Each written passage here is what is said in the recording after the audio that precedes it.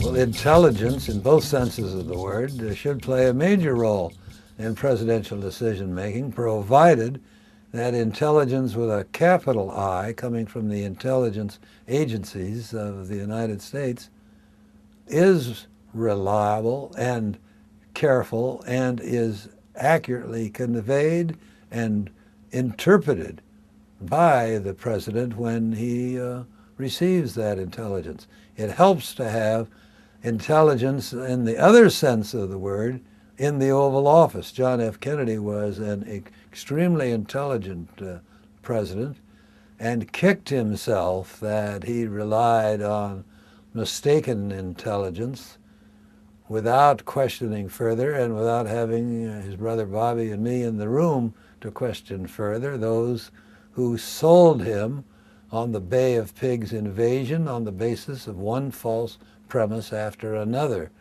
There was no uprising in Cuba when the exiles landed. How could there be? Most of Castro's opponents were either in Miami or jail. There was no opportunity for the exiles to fall back into the Escambray mountains when their invasion failed. How could they? That was miles and miles away from the landing point. How could there be secrecy as to the U.S. role in that invasion, which they had promised him, when they had their own public relations office in New York, and the Cuban exiles in Florida were leaking to the New York Times and others all the information about the plans that excited them. In fact, exaggerating their leaks so that Castro thought it was going to be an even bigger invasion and had an even bigger army there to meet them.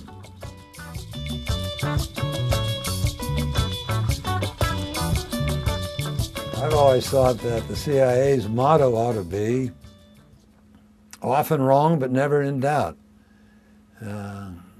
Getting assurances from the CIA means very little until you review the underlying national intelligence estimates, and a president ought to have people in charge of CIA who are professionals, who are scrupulously honest, who will not try to be policymakers and politicians and tell the president what they think he wants to hear, but who will tell him the facts, good and bad, to enable the president to make the decisions, not the CIA. After a while you find out, just as people who watch television news, they soon find out that they're not getting the straight facts from Fox News, so they turn, after a while, to those news channels that deliver the facts.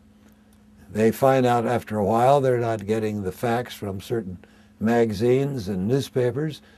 After a while, they discontinue reading those magazines and newspapers. The same is true in government. If you find that your intelligence services are simply trying to butter up the boss and give him soothing reports on successes that turn out to be failures, and giving him optimistic predictions on actions that turn out to be disasters, changed the people at the top.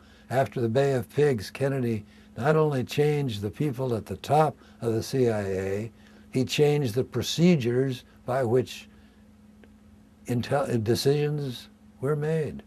And the next crisis in Cuba, the Cuban Missile Crisis, had a result totally different from those early mistakes at the Bay of Pigs.